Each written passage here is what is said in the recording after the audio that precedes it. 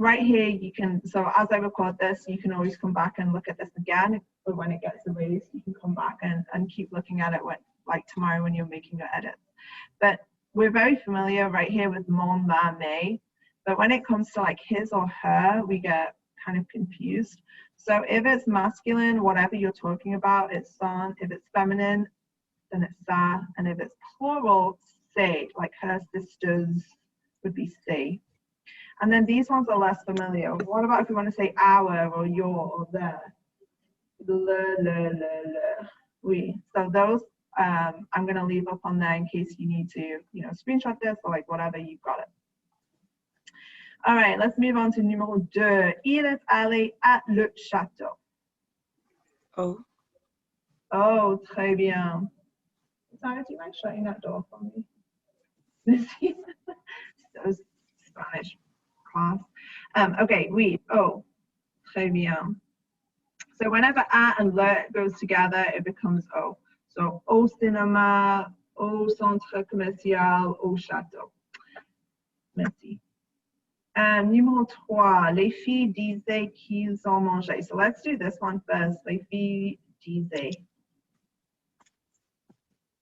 It should be spelled with ENT, I think. Yes, so yeah, you're right. The ending isn't right.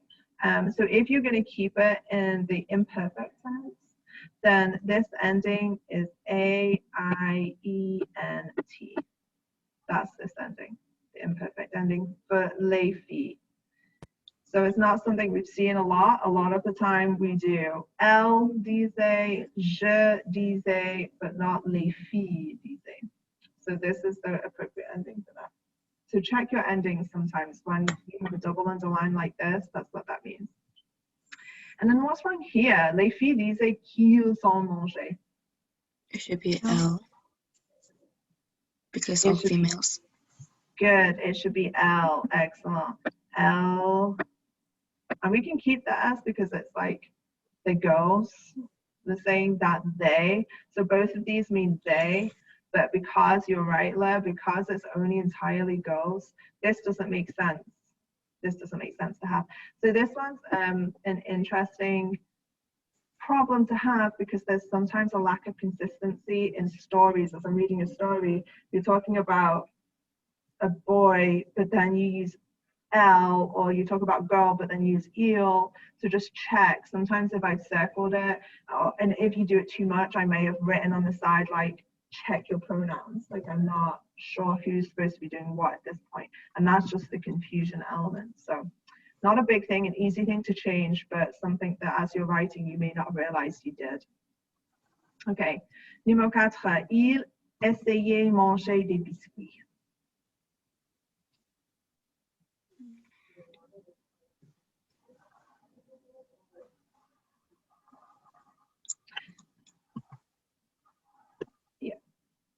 Yeah, so Tara was saying that for this one needs to be in a past in some way. So and I love that this student used this verb to try, because it's something that we looked at last week, to try. So he tried to eat the cookies. Il essayait, and it sounds right, essayait, but the spelling is wrong. So if you're going to do imparfait, which I think was what they were trying to do, then it's the same sound, essayait, but the spelling is completely different. If it was passé composé, then it would be il a essayé. So again, it would sound very similar, but the spelling is different. So yeah, just check your first one is going to be conjugated and your second one isn't. Let's have a look at numéro 5. Claire, Andy et Georges, something arrivé. Il. Not quite. So we're missing.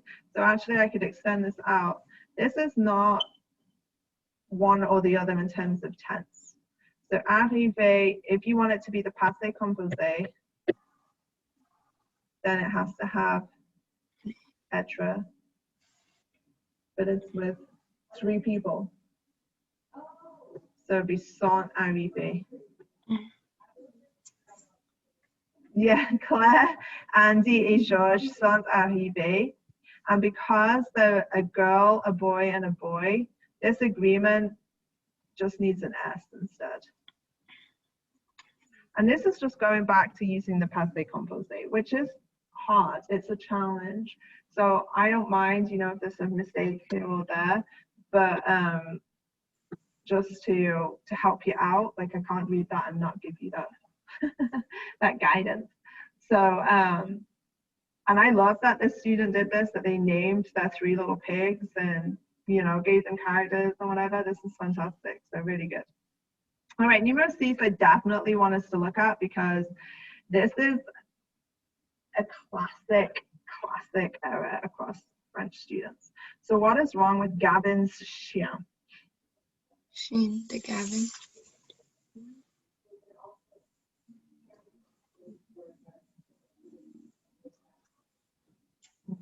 So who's trying to say something on Zoom? What are you trying to say? Chien de Gavin. Okay, good. And that's exactly what it's always said as well right here. So we don't ever, there's no apostrophe S in French. So we have to switch it around. So in your writing, I might even have like a little arrows like that. I might be indicating to you switch it round, but it's not just a straight switch. Like Alexa said, it's chien de Gavin. And so you don't have this. I know that nobody online has this sentence because I knew exactly which student it was, and it was an in-person student this morning, so we had a little chuckle about it. But lots of other people might have something else, like La princesse's pantoufle. Like, okay, well, it's the slipper of the princess, or different things like that. So anytime you see me circle it or do the little arrows, that means you've got to remember, think in French, don't think in English. And we're going to look at this same issue again in number 8. It's going to affect number 8 as well. All right, let's look at number 7 before we move on then. Après nous voyage à America. There's 3 things there, so tell me something. America is spelled in English. Okay, good. So it's always said après needs an accent. And was that you, Alexis, who said that America is in English? So it's already, you've got the map in front of you. How do we say America en français? États-Unis. Okay, so this is the added benefit of being in the classroom, is we have the maps all around us to help us. So États-Unis, so yes, definitely that should be in French. And then this one is a double underline right here. So nous voyage is like in the present tense, but the student should be writing this part in the past tense. And I don't know whether they want to put it in the imperfect or the passé composé. I think probably either would work, but I think it was supposed to be passé composé. So nous avons voyagé aux États-Unis. So again, just check things like the squiggly line is going to be a spelling. Quite often it's just accents. No English. So if it's a word that we've done in class, then use what we've done. Don't try looking up too much. And then these grammar things are just things that do need reworking. All right, I'm gonna erase what we've done so far just so that we can see this last sentence right here. So, le nom est sur le père et Bob. Have a little think about that one. How would we change this around? And remember, it's a similar issue to this apostrophe S. It's to do with the order of the sentence.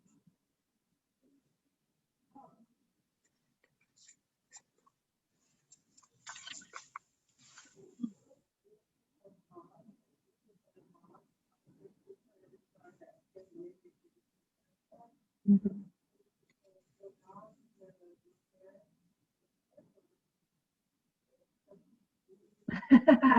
So I love how you're processing this. This is like a math problem when it comes to grammar and word order.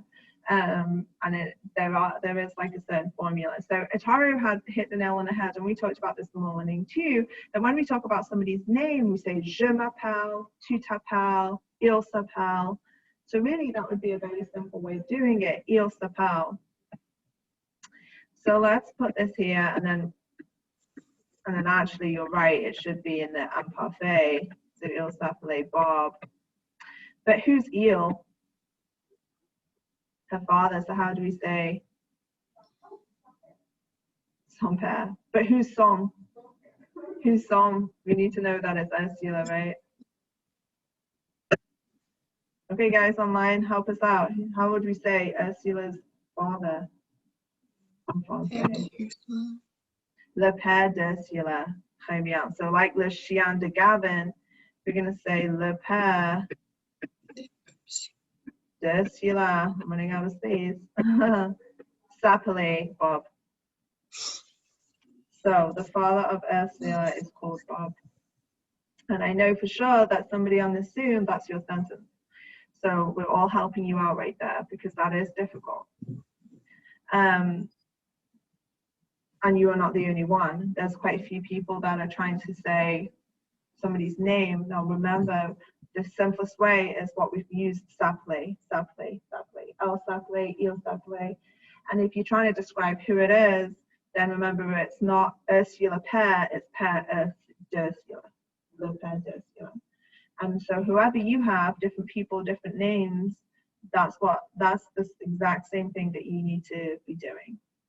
Okay, and if you forget that, this whole session is being recorded. I'm going to upload this so you can come back and process it for yourself.